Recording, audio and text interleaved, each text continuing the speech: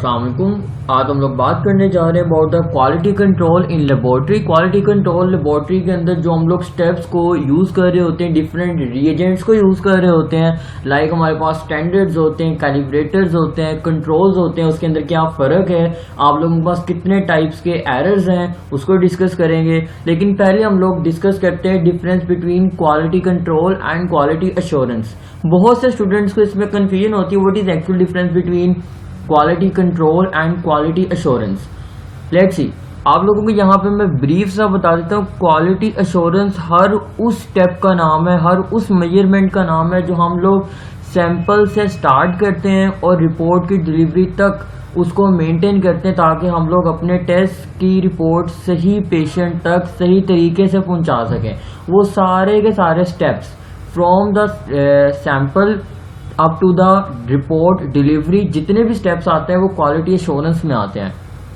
Quality control की जहाँ तक बात है, क्वालिटी कंट्रोल आपके पास इन्वॉल्व हो रहा होता है उस स्टेप्स के अंदर during the analysis, like during the assay. जब आप लोग एसे परफॉर्म कर रहे होते हो, जब आप लोग टेस्ट परफॉर्म कर रहे होते हो, उस दौरान जो आप लोग स्टेप्स लेते हो वो आपके पास होते हैं क्वालिटी कंट्रोल के अंदर इंक्लूड हो रहा होता है। सो Quality control is actually the operational technique that be included each assay run to verify that requirement for quality met with. It's actually explain कि आप लोगों के पास हर उन टेक्निक्स को फॉलो करना, स्टेप को फॉलो करना कि हमारा जो क्वालिटी है, हमारे जो टेस्ट के एसे की परफॉर्मेंस है वो हमारे स्टैंडर्ड से मीट कर सके। एम ऑफ क्वालिटी कंट्रोल ये होता है कि टेस्ट सही तरह आपके पास परफॉर्म किए जाएं और उसकी रिपोर्ट प्रिसाइज हो और उसकी रिपोर्ट एक्यूरेट हो।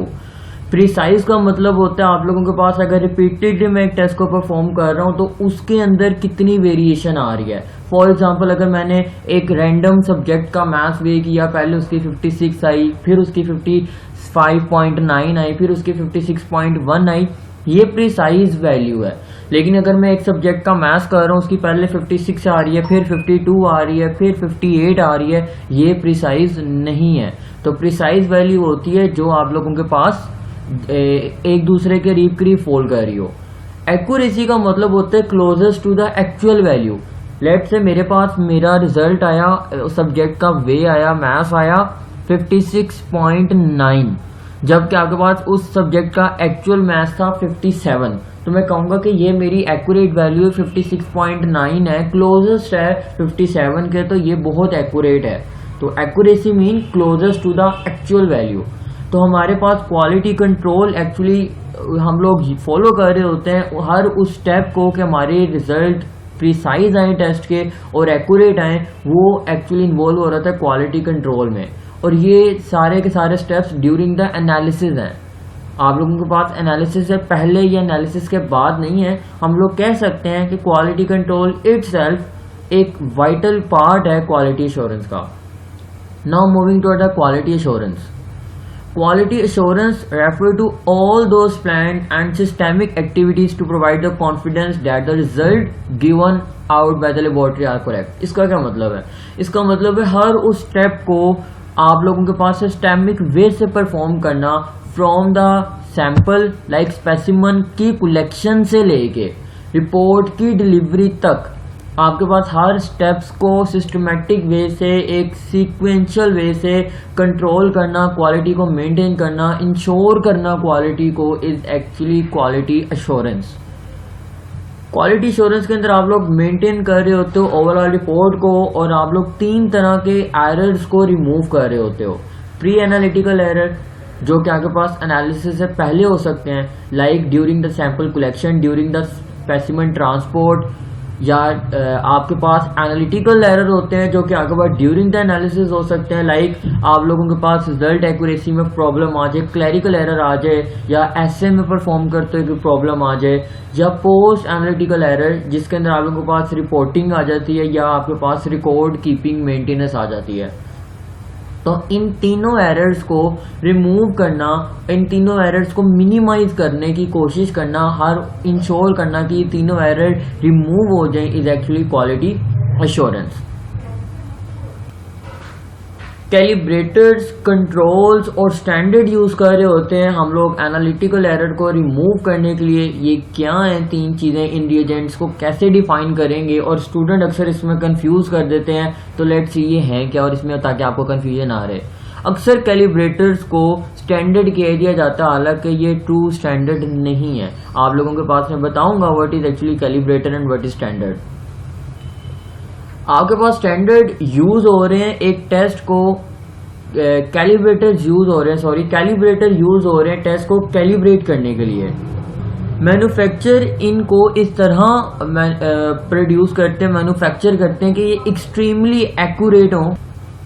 ये आप लोगों के पास एक्सपेंसिव होते हैं। एक्सपेंसिव होने के रीज़न ये क्योंकि इसको एक्यूरेसी और इसकी जो मैन्युफैक्चरिंग है उसके अंदर बहुत ज़्यादा सेंसिटिविटी को मेंटेन किया जाता है, इस वजह से ये एक्सपेंसिव होते हैं। कंट्रोल की बात करते हैं तो ये आप लोगों के पास कैलिब्रेशन को सिस्टम टेस्ट सिस्टम की कैलिब्रेशन को चेक करने के लिए यूज़ हो रहे होते हैं। आप लोगों के पास कंट्रोल जो होते हैं वो कैलिब्रेशन सिस्टम टेस्ट सिस्टम को चेक करने के लिए यूज़ हो रहे होते हैं।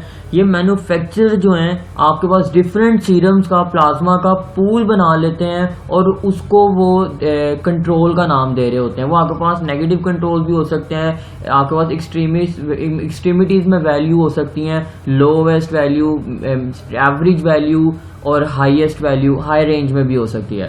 ये लेस एक्सपेंसिव होते हैं आप लोगों के पास बिकॉज इसके अंदर मैन्युफैक्चरिंग को कोई खास किस्म की मुश्किल नहीं आती है। ऐसा उन्होंने सिर्फ सिंपल पूलिंग करनी होती है सीरम प्लाज्मा की। तो ये आप लोगों के पास कंट्रोल्स होते हैं।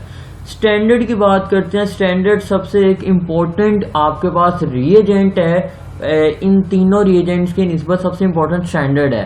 आप लोगों के पास स्टैंडर्ड हाईली प्योरीफाइड सब्सटेंस होता है जिसकी एग्जैक्ट कॉम्पोजिशन नॉन होती है। कंपनी जो होती है इस एग्जैक्ट कॉम्पोजिशन की एक्यूरेसी को मेंटेन रखती है, फाइंड आउट करती है और लेबल करती है, आप लोगों के पास मेंशन करके भेजती है लेबलिंग के साथ। ये नॉन बायोलॉजिकल नेचर में होता है आप लोगों के पास। आप इसको टेस्ट के दौरान भी सैंपल के अंदर डिफरेंट बैचेस के अंदर एक आधा स्टैंडर्ड लगा रहे होते हो ताकि आप लोगों को ये पता लगे थ्रू आउट जो आपका रन था वो जो ठीक हुआ है या नहीं हुआ। फॉर एग्जाम्पल अगर आप लोग किसी भी स्पेसिफिक टेस्ट के ऐसे के लिए रन लगा रहे हो तो उसके अंदर आप लोग एक आधा जो सैंपल है वो स्टैंडर्ड का रख दोगे। स्टैंडर्ड की वैल्यू आपको पहले से नॉन होगी। अगर आप लोग अपने रिजल्ट डिस्प्ले में देखते हो स्टैंडर्ड की वैल्यू वही आती है जो आपके पास नॉन थी, तो आप कहोगे कि हमारा सिस्टम सही काम कर रहा है, हमारा टेस्ट जो है वो बिल्कुल ओके है।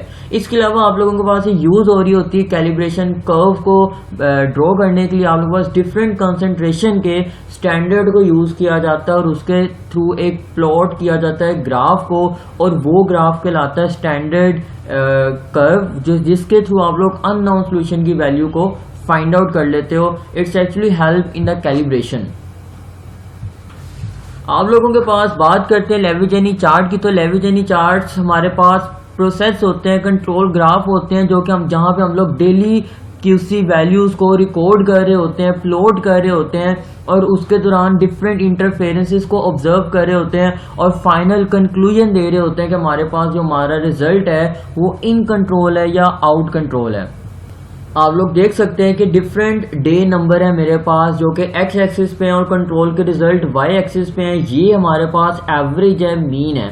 हम लोग अपनी डेली बेसिस की वैल्यूज को डिफरेंट जहां पे हमारा रिजल्ट आ रहा है वहां पे डॉट की फॉर्म में लगाते जा रहे हैं और इस तरह हमारे पास कलेक्शन हो जाती है लाइक 20 मिनिमम 20 आप लोगों के पास सैंपल्स को हम लोग ऑब्जर्व कर सकते हैं और उसके बाद हम लोग अप्लाई कर सकते हैं Westgard rule. So let's see what is actually Westgard rule. 1-2S rule है आप लोगों के पास वेस्ट गार्ड रूल का। इसको हम लोग वार्निंग रूल भी कहते हैं। इसका मतलब ये कि one of the two control result fall outside the two standard deviation. आप लोगों के पास ये मीन वैल्यू होती है जिसको आप लोग नाम दे रहे होते हो मीन का। इसके बाद ये +1 आपके पास शो कर रहा है स्टैंडर्ड डेविएशन 1। वो पॉजिटिव भी हो सकती है। अगर वो पॉजिटिव 1 स्टैंडर्ड डेविएशन होगी यानी स्टैंडर्ड से हमारा रिजल्ट कितना डेविएट कर रहा है। अगर वो 1 होगी तो हम लोग उसको +1 या -1 में शो करेंगे। अगर हम लोग देखते हैं हमारा रिजल्ट जो स्टैंडर्ड है उसे डेविएट कर रहा है 2 टाइम्स, वो प्लस भी हो सकता है, वो माइनस में भी हो सकता है, इसलिए 2SD एंड -2SD। अगर हमारा रिजल्ट मीन वैल्यू से 3 टाइम्स डेविएट कर रहा है स्टैंडर्ड से, तो हम लोग इसको नाम देंगे 3SD। वो पॉजिटिव 3SD भी हो सकता है, वो नेगेटिव 3SD भी हो सकता है। जैसा कि मैं आपको कहा कि फर्स्ट रूल हमारे पास है वार्निंग रूल, जो आप लोगों के पास अलार्म आपको देता है, वार्निंग देता है कि आप लोगों के पास यहाँ पे आप लोगों को रन कैंसिल करने की ज़रूरत तो नहीं है, लेकिन अपने सिस्टम को दोबारा आप लोगों के पास कैलिब्रेशन की ज़रूरत है। और वो रूल क्या है? वो रूल है कि 1 of the 2 control result fall outside the 2SD। कोई एक रिजल्ट आप लोगों के पास 2 स्टैंडर्ड डेविएशन से आउटसाइड फॉल कर जाए, कोई एक रिजल्ट, 1 एक्चुअली रिप्रेजेंटिंग कोई एक रिजल्ट फॉल कर जाए 2 स्टैंडर्ड डेविएशन से आउटसाइड, तो इसलिए हम कहते हैं 1-2S। मैं रिपीट कर देता हूं, 1 रिजल्ट, कोई भी एक रिजल्ट 2 स्टैंडर्ड डेविएशन से आउटसाइड फॉल कर जाए, हम इसको नाम देते हैं 1-2S रूल का। और ये वार्निंग रूल है कि हम लोगों को अपने सिस्टम की कैलिब्रेशन की ज़रूरत है, और आप लोगों के पास यहाँ पे आप लोग नहीं कैंसिल करोगे, रन को स्टॉप नहीं करोगे। नेक्स्ट हमारे पास है 1-3S रूल।